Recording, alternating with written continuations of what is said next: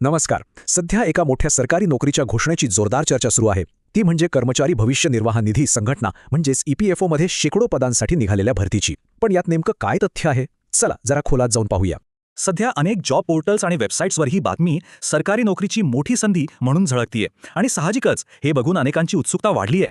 कारण गोष्टच तशी आहे. कर्मचारी भविष्य निर्वाह निधी संघटनेत तब्बल 153 पदांची घोषणा झाली आहे. हा आकडा ऐकून कुणालाही वाटेल की ही एक जबरदस्त संधी आहे. आणि मग साहजिकच प्रश्न पडतो की मग आता आपला रिझ्युमे वगैरे अपडेट करायची वेळ आली आहे का? पण थांबा, खरंच तसं आहे का?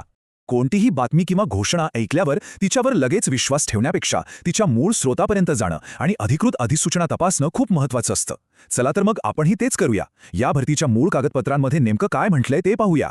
तर या घोषणेमध्ये एक असा महत्त्वाचा तपशील लपला आहे जो बऱ्याचदा आपल्या नजरेतून सुटतो, आणि तो म्हणजे ही संधी खरं तर सगळ्यांसाठी नाहीये.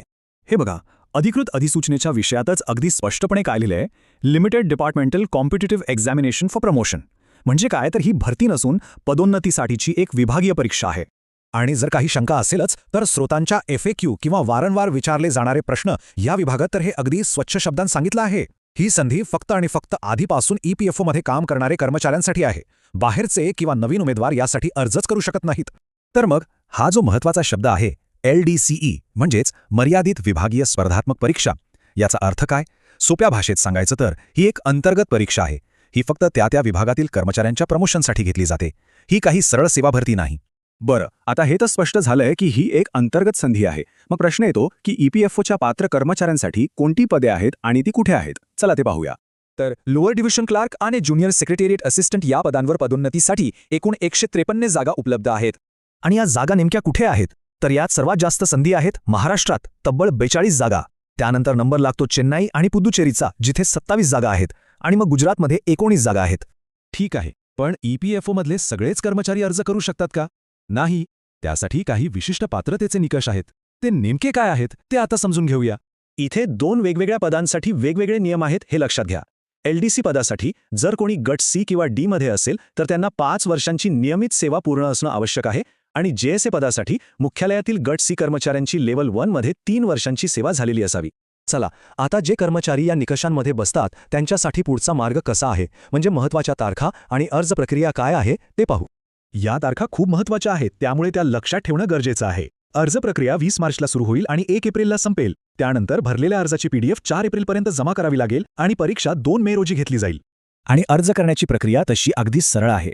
पहिलं म्हणजे IBPSच्या पोर्टलवर ऑनलाईन अर्ज भरायचा. दुसरं, तो अर्ज 1 एप्रिलच्या आत सबमिट करायचा. आणि तिसरं, त्याची PDF काढून 4 एप्रिलपर्यंत आपल्या विभागीय कार्यालयात पाठवून द्यायची. आता परीक्षेबद्दल बोलायचं झालं तर ही एकच परीक्षा होणार आहे, तीही कम्प्युटरवर. यात इंग्रजी, प्रशासन, अंकगणित आणि तर्कक्षमता या विषयांवर प्रश्न असतील.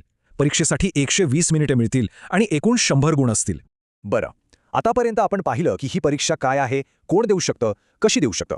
पण थोडं मागे जाऊन विचार करूया की अशी अंतर्गत परीक्षा घेणं कर्मचारी आणि खुद्द संघटनेसाठी महत्त्वाचं का असतं? कारण अशा अंतर्गत पदोन्नतीमुळे अनेक गोष्टी साध्य होतात. एकतर जे कर्मचारी आधीपासून काम करत आहेत त्यांना पुढे जाण्यासाठी एक स्पष्ट मार्ग दिसतो. त्यामुळे त्यांचं मनोबल आणि काम करण्याची प्रेरणा वाढते. संस्थेलाही असं नेतृत्व मिळतं ज्यांना संघटनेची तळागाळापासूनची माहिती असते. आणि EPFO सारख्या मोठ्या संस्था दीर्घकाळ टिकून राहण्यासाठी, त्यांची कार्यक्षमता टिकून राहण्यासाठी हे खूप गरजेचं आहे.